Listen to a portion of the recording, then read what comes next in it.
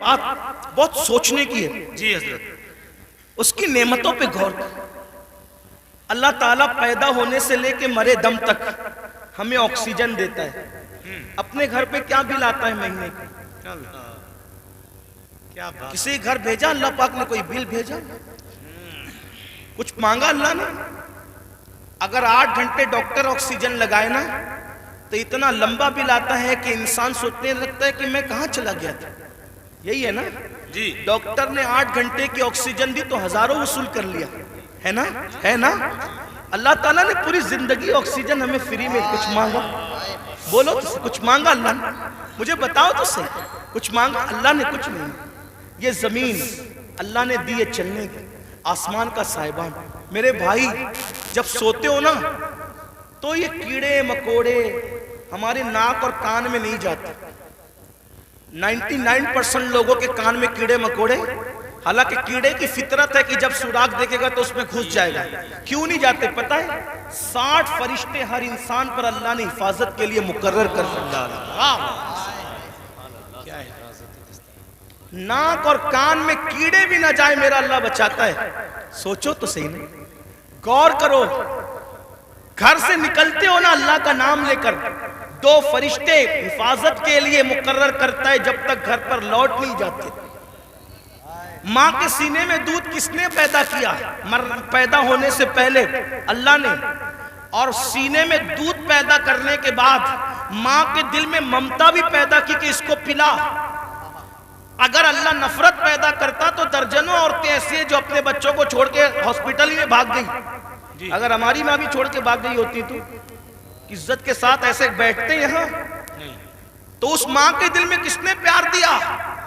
خود سردی میں ہمارے پیشاب پہ سوتی رہی اور ہمیں گرم بستر پہ سلایا. کس نے پیار دیا اس کے دل میں؟ اللہ نے. کھڑے ہونے کی طاقت کس نے دی؟ جاؤ لنگڑوں سے پوچھو پیر کی قیمت کیا ہوتی ہے. جاؤ پوچھو. جتنی بے وفائی کرنا ہے میرے اللہ کے ساتھ کر لو، ایک دن اللہ کی عدالت ہے.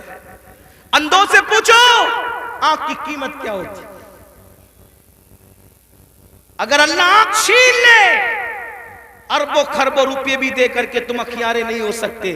اسی کی دی ہوئی آنکھوں سے اسی کی نافرمانی اس کے نبی کے دل پہ کیا گزرتی ہوگی؟ سوچو تو صحیح. جا کر کے پوچھو زبان کی قیمت کیا ہوتی ہے، جس کی آواز نہیں نکلتی، جس کو منہ نہیں ہے. اتنی ساری نعمتیں لے کر بیٹھے ہو، پھر اس سے بے وفائی. اقبال نے کہا تھا بتوں کو تجھ سے امید، بتوں سے تجھ کو امیدیں، خدا سے نامی دی. مجھے بتا تو صحیح اور کافری کیا ہے؟ کفر کس چیز کا نام ہے؟ کہتے ہو اللہ نے ہمیں دیا کیا؟ میں نے کہا لگا قیمت آنکھ کی، لگا قیمت کان کی، لگا قیمت زبان کی، لگا قیمت کڈنیوں کی، لگا قیمت خون کی. ارے جن کو ڈائلیسس کیا جاتا ہے ان کو کتنے روپے ہر مہینے خرچ کرنے ہوتے ہیں. میرا اللہ روزانہ تازہ خون پیدا کرتا ہے. کچھ مانگتا ہے اس کے عوض میں؟ کچھ نہیں مانگتا. پھر بھی اس سے بے وفائی. کب تک ادھر ادھر بھٹکتے رہو گے؟ موت ہے. کب تک اس سے جفا کرو گے؟ موت ہے. کب تک اس کو ناراض کرو گے؟ موت ہے. میرے بھائیوں اتنا سوچو، دنیا میں اتنا دیا ہے، آخرت میں کتنا دے گا؟ وفادار تو بن کے دیکھ، وفادار تو بن کے دیکھ. سب کے لیے روئے ہونا، کبھی میرے اللہ کے لیے بھی رو کے دیکھ. سب سے دوستی کا ہاتھ بڑھایا نا، کبھی اس کے بھی دوستی کا ہاتھ اس سے بھی بڑھا کے دیکھو. کبھی ادھر بھی قریب آ کر دیکھو. میں پورے یقین سے کہہ رہا ہوں جس دن تم اس کے ہو جاؤ گے تمہیں کسی کی دعا کی ضرورت بھی نہیں پڑے گی. تم خود جس کے سر پہ ہاتھ رکھ دو گے اس کی قسمت بدل جائے گی. جس کے گھر میں تم جا کے بیٹھ جاؤ گے برکتوں کا نزول ہوگا. اس کے ہو کے تو دیکھو. آسان ہے اس کا بننا. گناہ سے نکلو، توبہ کرو، اللہ کو مناؤ، اللہ کو گڑ گڑاؤ، اللہ کی بارگاہ میں گڑ گڑاؤ، آہو بکا کرو. سب کے لیے رو چکے، اس کے لیے رو کے دیکھو کتنا سکون ملتا ہے. سب کے پاس گڑ گڑا چکے، اس کے پاس گڑ گڑا کے دیکھو کتنا قرار قرار ملتا ہے. سب کے یہاں عرضیاں لگا چکے, اس کی بارگاہ میں عرضیاں لگا کر کے دیکھو. آخری جو بات کہنی ہے سنیں. ایک بہت خوبصورت جوان تھے, حضور علیہ السلام ان سے پیار کرتے تھے کیونکہ جوانی میں وہ سردار بن گئے تھے. سردار کس کے؟ قبیلے کے سردار بن گئے تھے. اس خوبصورت جوان کا نام حدیث میں دہیہ کلبی آتا ہے. بنو کلب کے سردار تھے, دہیہ نام تھا, دہیہ کلبی. حضور کی تمنا تھی یہ جوان سدھر جائے. یہ جوان, حضور جوانوں سے بہت پیار کرتے تھے اور جوانوں کے سدھرنے پہ حضور کو بڑی خوشی ہوتی تھی. اور حضور علیہ السلام جن جوانوں کے پیچھے کام ہوتی تھی ان جوانوں کے لیے بہت دعائیں بھی کرتے تھے, اس لیے کہ جوان ہوتا ہے. حضور کی خاص توجہ جوانوں کی طرف تھی. دیکھو حضور علیہ السلام کے صحابہ حضور کے پردہ فرمانے کے تقریباً آدھی صدی تک کے لوگوں کی رہنمائی کرتے رہے, بلکہ پونا صدی تک. تو جو لوگ سب جوان تھے تبھی تو نا. سعد ابن ابی وقاص اس وقت جنگ میں شریک ہوئے جب ان کے چہرے پہ داڑھی بھی نہیں نکلی تھی. مولا علی 9 سال یا 8 سال کی عمر کے تھے جب آپ نے کلمہ پڑھا. حضرت سیدنا فاروق اعظم 30-32 سال کے تھے جب آپ نے کلمہ پڑھا. حضور نے ٹارگٹ جوانوں کو کیا, اس لیے میرا بھی دلچسپی کا عنوان میری قوم کے جوان ہے. مجھے پتا ہے جب کوئی جوان سدھرے گا انقلاب آئے گا, بلکہ جوان سدھرے گا تو بڈھے اور بچے دونوں سدھر جائیں گے. کیوں؟ کیونکہ جب جوان بیٹا مسجد جائے گا تو بوڑھا تو شرم کے مارے مسجد آنا ہی ہے کہ وہ سدھر گیا, اب میرے پیر قبر میں لٹک رہے, میں گھر میں کیسے بیٹھوں. اس نے تو سدھر نہیں ہے. لیکن جوان باپ کو جب بچہ مسجد جاتے دیکھے گا تو بچہ باپ کی انگلی پکڑ کر خود ہی جائے گا. تو ایک جوان سدھار دو, گھر کے 2 خود ہی سدھر جائیں گے. اس لیے اقبال نے بھی جوان کو ٹارگٹ کیا, کہتے نہیں تیرا نشیمن قصر سلطانی کے گنبد پر, نہیں تیرا نشیمن قصر سلطانی کے گنبد پر, تو شاہی ہے بسیرا کر پہاڑوں کی چٹانوں میں. اور عقابی روح جب بیدار ہوتی ہے جوانوں میں, نظر آتی ہے ان کو اپنی منزل آسمانوں میں. چھوڑ دو گناہ, اگر جوانی میں گناہ چھوڑ دو گے اللہ کے محبوب بن جاؤ گے, اللہ کے مقبول بن جاؤ گے. جوانی میں گناہ چھوڑ دو گے, توبہ کرو گے, جنت میں رسول اللہ کا پڑوس نصیب ہوگا. اگر جوانی میں گناہ چھوڑ دو گے اللہ بڑھاپا عزت سے بھرپور کر دے گا. جو لوگ جوانی میں گناہ چھوڑتے ہیں اللہ انہیں عزت والا بڑھاپا عطا کرتا ہے, وقار والا بڑھاپا عطا کرتا ہے. تو یاد رکھیے. اور پھر یہ سب کے سب جوان, مجھے بہت خوشی ہوتی ہے کاش کہ یہ جوان, میں آپ کو یہ نہیں, دیکھیے ایک مشورہ دیتا ہوں علماء کرام, اگر میں غلطی کروں تو میری اصلاح کریں. میں آپ کو لباس بدلنے کے لیے نہیں کہہ رہا ہوں, آپ کوئی لباس پہنیے شریعت کی حد میں رہ کر. توجہ, شریعت کی حد میں رہ کر آپ کوئی لباس پہنے. آپ کو میں دل بدلنے کے لیے کہہ رہا ہوں, کردار بدلنے کے لیے کہہ رہا ہوں. ہمارے یہاں لباس جبے کبے کرتے کی وہ اہمیت نہیں ہے جو خشیت ربانی کی اہمیت ہے. لباس کوئی ہو, دل خوف اور خشیت والا ہو, سر پہ امامہ ہو یا نہ ہو, لیکن کردار متاثر کرنے والا ہو. کھانے سے پہلے آپ کی طبیعت میں نمک چکھنے اور نہ چکھنے کی طرف دلچسپی ہو یا نہ ہو. میں سنت کو حقیر نہیں سمجھ رہا ہوں, واللہ کبھی نہیں, لیکن آپ سے کہہ رہا ہوں آپ کی طبیعت میں کھانے سے پہلے نمک چکھنے پہ دلچسپی ہو یا نہ ہو, لیکن عشق رسول کی لذت کی طرف آپ کی دلچسپی ضرور ہونا چاہیے. اہمیت اس طرف ہے, چہرے سنوارنے کی بجائے کردار سنوارو. اپنے سروں کی ٹوپیاں خوبصورت کرنے کی بجائے اپنے کردار کو خوبصورت کرو.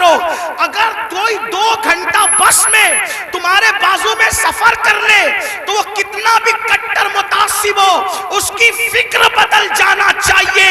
اور جب وہ کسی اپنے سے ملے تو کہہ کے ملے میں بھی کسی مسلمان کے ساتھ سفر کر چکا ہوں. لوگ جو کہتے ہیں مسلمان ایسے نہیں ہوتے بلکہ مسلمان تو ایسے ہوا کرتے. ایک بات مجھے یہاں یاد آئی, بات آگے بڑھانے سے پہلے ایک بات. ایک بس میں ایک مسلمان سفر کر رہا تھا, تو جو کنڈکٹر ہوتا ہے تو وہ اس نے جان بوجھ کر ٹکٹ لینے والے مسلمان کو کچھ پیسے زیادہ دے دی, جان بوجھ کر. توجہ کرنا, لوگ ہماری کتابوں کی سٹڈی نہیں کر رہے ہیں, لوگ ہم سے اسلام سیکھنا چاہ رہے، سمجھنا چاہ رہے۔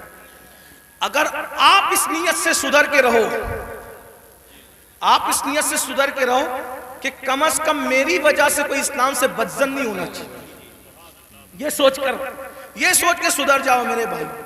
اور اگر آپ کی وجہ سے کوئی اسلام سے بدظن ہوگا، یہ وہ نقصان ہے کہ قیامت تک اس نقصان کا خمیازہ بھگتنا پڑے گا۔ اس لیے کردار کے دھنی بنو۔ تو کچھ پیسے زیادہ بس کے کنڈکٹر نے اس کو مسلمان کو دے دی، اور اس کے بعد اس نے تجاول عارفانہ سے کام لیا، یعنی کہ اس نے جان کر انجانا ہو گیا۔ مسلمان نے پیسے گنے اور گننے کے بعد اس نے اس کو بلا کر کہا کہ کنڈکٹر صاحب یہ پیسے آپ نے مجھے کچھ زیادہ دے دیے ہیں، یہ واپس لے لو۔ اس نے کہا نہیں میں نے زیادہ نہیں دیے، وہ ایسے ہی ہے۔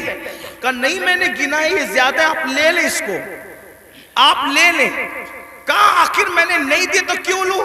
تو کہا یہ آپ کو لینے پڑیں گے کیونکہ میرا مذہب میں اس کی اجازت نہیں ہے۔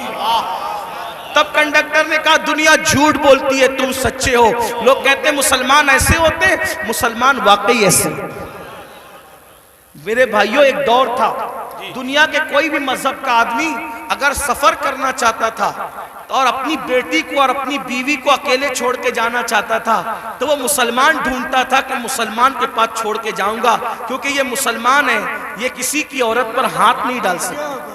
یہ اپنی پہچان تھی، اپنی امانتیں مسلمان۔ آپ دیکھیں تاریخ ہے نا، مکے والے حضور پہ پتھر بھی مارتے تھے، اور جب امانت رکھنے کی بات آتی تو ابو جہل اور ابو لہب کے پاس نہیں رکھتے تھے۔ معلوم ہے کہ یہ ڈاکو لوگ ہیں، پتھر جس کو مار رہے ہیں اسی کے پاس اپنی امانت رکھنے کے لیے آ رہے ہیں، کیونکہ جانتے ہیں کہ یہ محمد الرسول اللہ صادق بھی ہے، امین بھی ہے، یہاں سے ہماری امانت میں خیانت نہیں ہو سکتی۔ اور حضور نے کیا تاریخی طور پر دنیا کے سامنے ثابت کیا، ہجرت کے لیے جا رہے ہیں تو امانتیں لے کے نہیں جا رہے ہیں، اپنے بھائی کی جان کو خطرے کی جگہ پہ سلا کر کے کہتے علی سو جانا، صبح اٹھ کر کے سب کی امانتوں کو لوٹانا، پھر آ کر کے ہم سے ملاقات کرنا۔ دیکھ رہے ہیں آپ، یہ ہوتا ہے کردار، یہ ہوتا ہے کردار۔ اسی لیے بدر میں جو کافر آئے تھے مکے کے گنڈے، وہ حضور سے آنکھیں نہیں ملا سکے، کیوں؟ کیونکہ حضور ان کی امانتیں لے کر نہیں بلکہ امانتیں ادا کر کے بتایا کہ دشمن جان کا دشمن بھی ہو اس کی امانت میں بھی خیانت مت کرو۔ اور آج تو مسلمان کا حال یہ، لوگ مسجد مدرسے کی رقم آج نہیں چھوڑنا چاہتے، یہ حالات ہیں۔ سب ایسے نہیں ہوتے، لوگ جو ہے وہ ابھی سننے میں آتا ہے حج کا پیسہ لے کے بھاگ گئے، عمرہ کا پیسہ لے۔ اے مسلمانوں کچھ تو خیال کرو، کیا بات؟ حج عمرہ کا پیسہ لوگ جو روپیہ 2 روپیہ جوڑ کر کے، غریب لوگ کیسے جوڑتے ہیں، لوگ لے لے کر کے بھاگ جاتے ہیں۔ سوچو تو صحیح نا، انداز تو کریں، کتنا گرے گا انسان، کوئی حد ہے گرنے کی۔ ایک وقت تو وہ تھا اور ایک وقت یہ ہے۔ لوگ امانتیں ہمارے پاس رکھتے تھے، بیویاں بچیاں ہمارے پاس چھوڑ جاتے تھے، یہ خیانت نہیں کریں گے۔ اور آج مسلمانوں کے محلوں میں لوگ گھر نہیں لیتے، یہ حال ہے۔ تو چلے بات کو میں سمیٹ رہا تھا، کیا عرض کر رہا تھا کہ حضور کی تمنا تھی کہ دہیا کلبی مسلمان ہو جائے، جی، کیونکہ دہیا قبیلے کے سردار تھے۔ حضور نے دعا بھی کی، اللہ تعالیٰ دہیا کو ایمان کی دولت عطا۔ دہیا آئے تھے بڑے خوبصورت، دہیا قلبی جب آئے تو حضور نے ان کی تالیف قلبی کے لیے چادر بچھا دی۔ دہیا نے چادر اٹھائی، عرض کی آقا میں اس چادر پہ بیٹھنے کے قابل نہیں ہوں، اور پھر عرض کی آقا میں تو کلمہ پڑھنے آیا ہوں، غلاموں میں شامل ہونے آیا ہوں۔ حضور خوش ہو گئے، فرمایا کلمہ پڑھ لو۔ کا نہیں حضور ایک عرض کرنا ہے کہ میں نے اپنے قبیلے کی 500 لڑکیوں کو اپنے ہاتھوں سے دفن کیا زندہ، تو جو 500 لڑکیوں کا قاتل ہو وہ کلمہ پڑھے گا تو کیا اس کے گناہ معاف ہو جائیں گے؟ اس کے گناہ معاف ہو جائیں گے؟ حضور نے سر جھکا لیا۔ جبریل آئے، یا رسول اللہ، اللہ سلام فرماتا اور کہتا ہے بولو اس کو کہ پڑھ لے ایک مرتبہ لا الہ الا اللہ محمد الرسول اللہ۔ صرف 500 لڑکیوں کا قتل ہی نہیں، اور بھی کچھ کیا ہے تو سب معاف ہو جائے گا۔ حضور نے کہا پڑھ لا الہ الا اللہ۔ جو کلمہ پڑھتا ہے لا الہ الا اللہ، اللہ کلمہ پڑھنے سے پہلے کے سارے جرائم معاف کر دیتا ہے. دہیا نے کلمہ پڑھا, حضور رونے لگے. صحابہ نے پوچھا حضور خوشی کا مقام ہے کیوں روتے ہیں؟ آقا فرماتے کافر کلمہ پڑھے تو سب مٹ جائے, اگر مومن یہ کلمہ پڑھے تو خدا اسے کیا مقام عطا فرمائے. تو اللہ کے بندو توبہ کرو, اللہ کی طرف آؤ. اللہ پاک سے دعا ہے اللہ سب سے پہلے مجھے آپ کو عمل کی توفیق